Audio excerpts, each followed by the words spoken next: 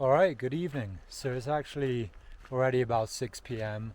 and I just got back on the trail, just hitchhiked out of Pinedale. And actually, the hitchhiking out of Pinedale was really easy. It was like the second or third car that went by. Like, I just walked up to the road, stuck my thumb out, and almost immediately got picked up. Hitchhiking has been great, honestly, on this trail. It's mostly been really easy and quick, really friendly people. But yeah, anyway, I left Pinedale pretty late, so yeah, 6 p.m.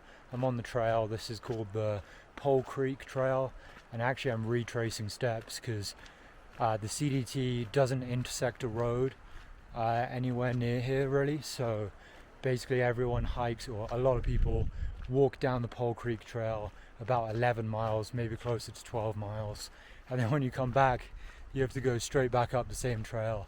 So, I've already done these 11 or 12 extra miles and going back up. So it's basically adding like close to 24 miles to my CDT hike. But oh well, that was the easiest way to get to Pinedale. But yeah, so I'm actually putting 2 days into one video here. And that's because I actually took a 0 in Pinedale. And I'll explain why. So yeah, unfortunately, sad news, George left. So George was actually going to be with me for maybe another week, at least another 5 days to get to the next town, to Du Bois, and then potentially, depending on mileage, we could have gone even all the way to Yellowstone together. Yeah, unfortunately, George left. So he's actually I think he's already flown back now at this point. Yesterday he hitchhiked to Jackson, and today was his flight home. He changed his flight. Basically, I'm not sure if I actually mentioned it in the video, but on that last day hiking with George, so in the previous video, George kind of woke up with knee pain, and the knee pain got progressively worse throughout the day. And yeah, I don't know, he seemed like he was doing okay. We ended up doing 18 miles and having those 18 miles done by like 3 p.m. So moving at a pretty solid pace, but his knee was clearly an issue. It was kind of limping a little bit, and yeah, it just didn't look good. But yeah, I think we both kind of figured that, we were getting to town, to Pinedale, and that he could rest up, rest his knee. Worst case scenario, take a 0, so like spend 2 nights in Pinedale was my thinking, and that his knee would recover. But that wasn't the case. Basically the next morning, so we got a really easy hitch into Pinedale, by the way. That last video, yesterday's video, left off with probably a clip of us in the back of a pickup truck. So basically we got down to the trailhead and George walked up to the first people he saw, and yeah, they gave us a ride to Pinedale in the back of a truck, which always love riding in the back of a pickup truck. It's a good old American experience, I feel. So that was fun. And we got to town, we went back to that Wind River brewery and got lots of food there, chicken wings, burger, a couple of pints. So that was nice. And then I think we just kind of head back to the Jackalope, the hostel we stayed at, and just kind of hung out there for the rest of the evening. But the next morning, George woke up and his knee seemed worse, like it was really swollen and actually bruised, and it seemed really sensitive, like he could barely walk without, like, it would just be painful the whole time, any step. And so we thought about it for a bit. I mentioned the idea of, spending another night at the Jackalope so that he could rest even more. But I think George was pretty convinced that it would just get worse again when we get back on the trail, and that the only way would be, and this might not even work, but doing like really low mileage and probably carrying like more than a week of food or something. And then there's always the fear of like, how's that actually going to go? What if his knee suddenly gets really bad and we're just like in between towns, like 50 miles from a town? You just like, you never know how that's going to go. So just didn't seem worth the risk. So George realized that he could actually change his flight for free. So he changed his flight to the next day, and yeah, we went for a big nice breakfast. I got chicken fried steak, hash browns, eggs, a couple of massive pancakes. It was a nice big meal. George got, I think, bacon and eggs and pancakes. And after that, basically, George packed up his stuff and hitchhiked to Jackson. I think he got a ride really easily and quickly, so I think the hitchhiking was easy. But honestly I'm really sad about George leaving. Like, it's actually a really sad moment in this trip, because I was really looking forward to having George on the trail for a while. Been looking forward to it for a long time. I've been thinking about it a lot, especially like, you know, towards the end of Colorado, beginning of Wyoming, doing all those big days in the Great Basin. I was just thinking about meeting George, and I knew it was going to be a great time. So I was really sad to say goodbye to George. You know, he flew back to London, and yeah, I don't know, it was just so sudden and unexpected as well, because it was basically just like a decision made that morning. So very sudden, and just like out of nowhere, you go from thinking you're hanging out with a good friend for another week to all of a sudden, you know, you're back on the trail alone again. So I'm good with solitude. I hike alone a lot, but when you have the expectation to be hanging out with someone for a week and that suddenly disappears, it's quite sad. And I also just feel sorry for George. Like, feel really sad that he's missing out on the trail, missing out on knapsack coal, which is coming up ahead. And yeah, I don't know, I just feel bad that it didn't work out, and I feel like I pushed him too hard, and I don't know, I kind of feel like making him do like 20-mile days. Yeah. And the mileage that George and I did together was 9 miles on the first day, because we got to the trail at 5 p.m, and then 20 miles the next day, and then with not too much elevation, and then 15 miles on the third day with a decent amount of elevation, going over 3 passes, and then 24 miles on the fourth day with mostly flat, and then just like a climb up to Hat Pass at the end of the day. And then on the 5th day, which is the day when he started to notice the knee pain, was 18 miles to get to Pinedale. And I should also mention, like, George is in really good shape. You know, he's really physically active and fit. He runs marathons. He recently ran the Edinburgh Marathon in 3 hours and 5 minutes, which is a good time, a really good time for a marathon.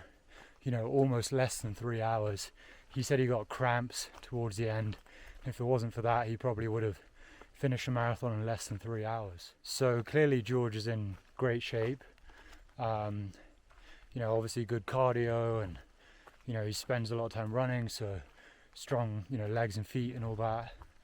But still, hiking is just like a different thing, and I figured given he was running marathons like that, should be no problem doing like 20-mile days. But you know, it's a big difference. It's a big endurance thing with hiking, because if you're hiking for like more than 12 hours of the day, that's a lot of time spent on your feet, a lot of steps taken, a lot of elevation going up and down, which, you know, George is mostly running in London, so not a ton of elevation. And of course, another major factor is just being at high altitude. You know, we went over 11,000 feet. George flew here from sea level, and so, you know, less oxygen in the air, you have to work harder, so that was definitely tiring him out more. But yeah, I don't know, like, fair play to George. I mean, well done George for being able to actually do like 20-mile days, even a 24-mile day, flying out here, putting a pack on his back, and, you know, going up to 11,000 feet and walking all day. You know, like, well done to George for being able to do that. So, you know, really impressive. If he hadn't got that knee injury, he'd still be with me right now and crushing miles. But like I said, I definitely feel kind of responsible for like making him do like 20-mile days. Maybe we should have planned for 15-mile days. But I gotta say, the problem with that, we did actually discuss this before, you know, before he booked his flights, before flying out here. I told him, like, I want to do like 20-mile days. I don't really want to do less than 20 miles a day. And well, one of the main reasons for that is we did a 5-day food carry for that stretch. And so to go any slower, pack 6 days of food, I can just about do, but I can't pack 7 days of food really. Kind of can, but wouldn't be eating enough at this point on the trail. Like, normally I could do that, but my pack is tiny. This Palante pack is a 26-litre pack, and coming out here I never expected to do more than a 5-day food carry. And the main factor is that, like, at this point in the trip, I have to eat so much food, like close to 5,000 calories a day on the trail, and way more than that when I'm in town. So to try and pack out 5,000 calories for 7 days is just impossible with this pack. I mean, if you have a bigger pack, you can obviously do that, but with this pack, you just doesn't have the volume to fit that much food. And also, you know, I don't have a hip belt or anything, so it also does become pretty heavy. And then on top of that, I'm trying to make it to Canada. So the more time, you know, if he's out here for 2 weeks and we put the mileage all the way down to like averaging 15 or something, that actually sets me back a decent amount, like in terms of when I'm going to reach Canada. And I would like to be able to reach Canada in the first week of September, which is an ambitious goal at this point. It means doing like 30 miles a day for the rest of the trip, but it's doable. But anyway, you know, I don't want to slow down that much. I'm on a long enough trip already. It's going to be, you know, like 120 days, and I honestly just want to make it to Canada before it starts getting rainy or even snowy. I don't really want to be in northern Montana into mid to late September. I know some people will be, but yeah, it would just get rainy at that point and eventually start snowing as well and get colder. And so George was well aware of that and was aware that the plan was to do, you know, about 20 miles per day, you know, averaging that. So some days lower and some days higher, so that we wouldn't do more than a 5-day food carry, and that we wouldn't, you know, add too many days to my CDT through hike. So he was very well aware of that, and we both figured he'd be able to do it. And I mean, he pretty much could, because, you know, it was obviously tiring for him, but he was very capable of doing 20-mile days.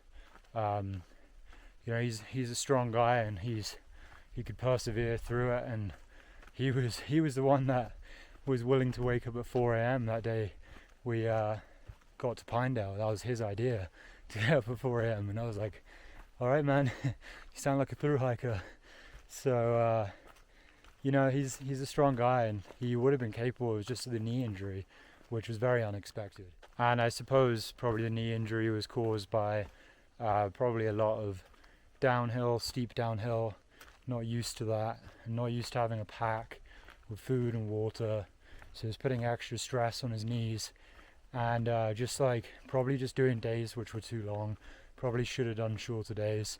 You know, it's just too much time spent on your feet, too many steps taken, and, you know, each step is another impact on the knees. So yeah, anyway, very unfortunate, but that's just what happened. But I have to say, we had a really, really great time.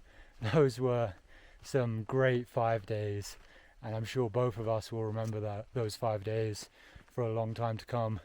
We both really enjoyed hanging out together, and we work well together as, like, you know, like hiking partners, I guess. Like, we just, you know, it was good. It was really nice, like taking breaks together and spending a lot of time just like talking and hiking together and enjoying the views and stuff. So it was a really, really great time, and I'm really glad that George was able to join for that section, going from right at the beginning of the Wind River Range. So he was actually able to see that transition from the Great Basin.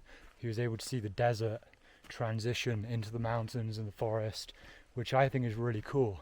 And I think he really enjoyed seeing that, seeing how, like, we went from just sage bushes to, you know, luscious forest and all the running water sources. And he got to see circular towers, those huge cliffs and mountains. He got to see some amazing places, some really beautiful lakes, and I think George had a great time, and I think he really enjoyed his 5 days. And, you know, 5 days is a decently long hiking trip. You know, for most people, 5-day hiking trip is actually a big deal. It's weird for me because, you know, 5 days is just like a stretch from town to town on a trip which is like 120 days. So to me it felt like it went by very quickly. It was just like a little stretch. But 5 days is a decent sized hiking trip. So I think it'll be a very memorable experience for George, and yeah, we had a great time together. And so after George left, I was originally planning to leave town, hitchhike out and get back on the trail, but honestly, I was feeling really sad, feeling like I didn't want to hike.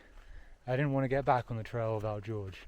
It just like, it was so sudden to be like, okay, gotta get back on the trail alone again, which, you know, I'm fine with in normal circumstances, but yeah, I just didn't feel like getting back on the trail and hiking, honestly. Just really did not feel like it. So I figured I would just spend another night at the Jackalope in Pinedale. It's a nice place, and I could eat lots more food, rest up a bit, and get ready for my, you know, consistent 30-mile days up ahead to reach Canada. So just figured I'd, you know, take some rest and whatever. Some other hikers showed up, quite a lot of hikers actually, a lot of people I'd previously met, and so it was good to hang out with them. And we actually all went out for drinks later. We got margaritas, 34-ounce margaritas, so I think that's like maybe more than a litre, really, and in a glass, like a massive glass. It's like a fishbowl of margarita. So yeah, we got drinks and some Mexican food, and there were about 9 or 10 of us, so lots of hikers and lots of new people that I met as well. One girl said she hiked the Pacific Northwest Trail. She noticed my hat, so we talked about that a bit, and yeah, lots of cool people there. And so yeah, I spent the night at the Jackalope, and then, you know, woke up the next day, which is today, and just had a really lazy morning. Just they have a hammock at the Jackalope, and spent a long time just lying in the hammock. Actually, you know, I was fairly productive, you know, although I was lying there doing, you know, resting. I actually, you know, managed to edit and upload a lot of YouTube videos. So I edited about 10 videos, maybe more, maybe like 12 videos, which I've never edited that many videos in, you know, one town stop. Usually I'd only edit like 5 videos. So yeah, got lots of video editing done, scheduled the videos come out, because recently I've just been kind of behind on that and struggling to get a video out each day, especially because I was doing a lot of big days and skipping towns, you know, didn't go into Steamboat Springs, or didn't spend the night in Steamboat Springs, didn't go into encampment, didn't spend the night in Rawlins, so like haven't had a lot of time to do the video making stuff, so it was good to catch up on that. And yeah, so I got my resupply on food, and I ate a decent amount of food in town as well, and hung out with some hikers. Some more hikers showed up this day, some familiar faces and some new faces, and also met the first southbound through hiker that I've met. He started on June 18th at the Canadian border with, I think, like a lot of snow gear. He actually had to skip Glacier National Park, so I think he's going to go back for that. But yeah, first southbound through hiker that I've met. And then, like I said, I hitchhiked out of town, which was extremely easy. Didn't wait more than a minute. Just got to the road and got a ride. A friendly couple from Alaska. And you know, it's not like these are all people that know what the CDT is, or like, you know where I'm going or anything. It's just friendly people. So I told them that I was hiking the CDT and stuff, and they're all interested in that. And yeah, so anyway, easy ride back to the trail. Got to the trail at 6 p.m. and now I've been hiking for a bit. So given that I got to the trail at 6 p.m, I obviously won't be getting a lot of miles in today. I'm only planning to hike until around sunset and then find somewhere good to camp. And tomorrow I think I'll probably be reaching Knapsack Col. I'm not sure exactly how many miles away it is, but I think tomorrow is going to be a really beautiful day. It's just too bad I can't share it with George. But yeah, oh well. See you guys tomorrow.